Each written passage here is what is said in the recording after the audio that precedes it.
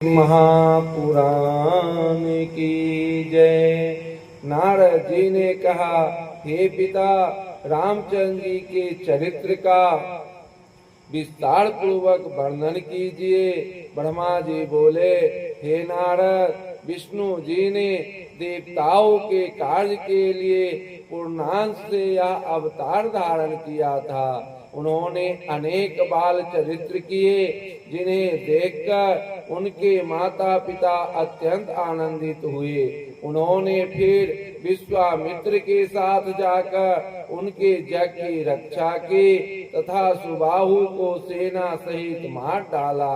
उन्होंने विश्वामित्र के साथ जनकपुर में जाकर राजा जनक की इच्छा अनुसार स्वयं तथा अपने तीनों भाइयों का विवाह किया। इसके पश्चात जब राजा दशरथ अपने तथा पुत्र वधू सहित अयोध्या को लौटे, उस समय के आनंद का वर्णन नहीं किया जा सकता। निदान देवताओं ने अपने कार्य की सिद्धि के लिए अनेक उपाय करके भरत की माता कैकेयी को रामचंद्र जी के विरुद्ध भड़का दिया, जिसके परिणाम स्वरूप कैकेयी ने रामचंद्र जी को दशरथ से कहकर वनवास दिलवाया। अयोध्या से वन को जाते समय रामचंद्र जी सर्वप्रथम चित्रकूट को गए।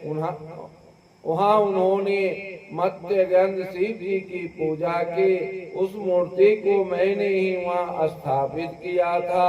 वही शिव जी चित्रकूट के रक्षक हैं। जो मनुष्य चित्रकूट में जाकर उनकी पूजा ना करे, उसको वहाँ जाने का कोई फल नहीं मिलता।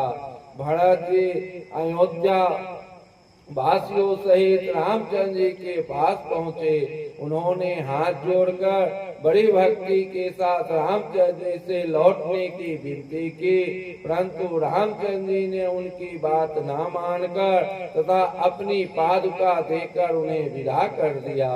कुछ दिनों के पश्चात वहाँ से वे दंडक वन को गए, जहाँ ऋषि मुनि निवास करते हैं। मार्ग में उन्होंने विराध को, जो सीता को उठाकर उड़ा था, मार डाला।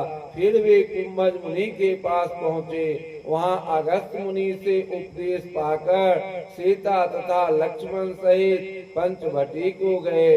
सुपनखा ने आकर उनसे विवाह की इच्छा प्रकट की। जब रामचंद्र जी और लक्ष्मण जी ने उसकी इच्छा पूरी न की, तब वह यह कहकर कि अब तुम अपने किए का फल पाओगे, सीता को डराने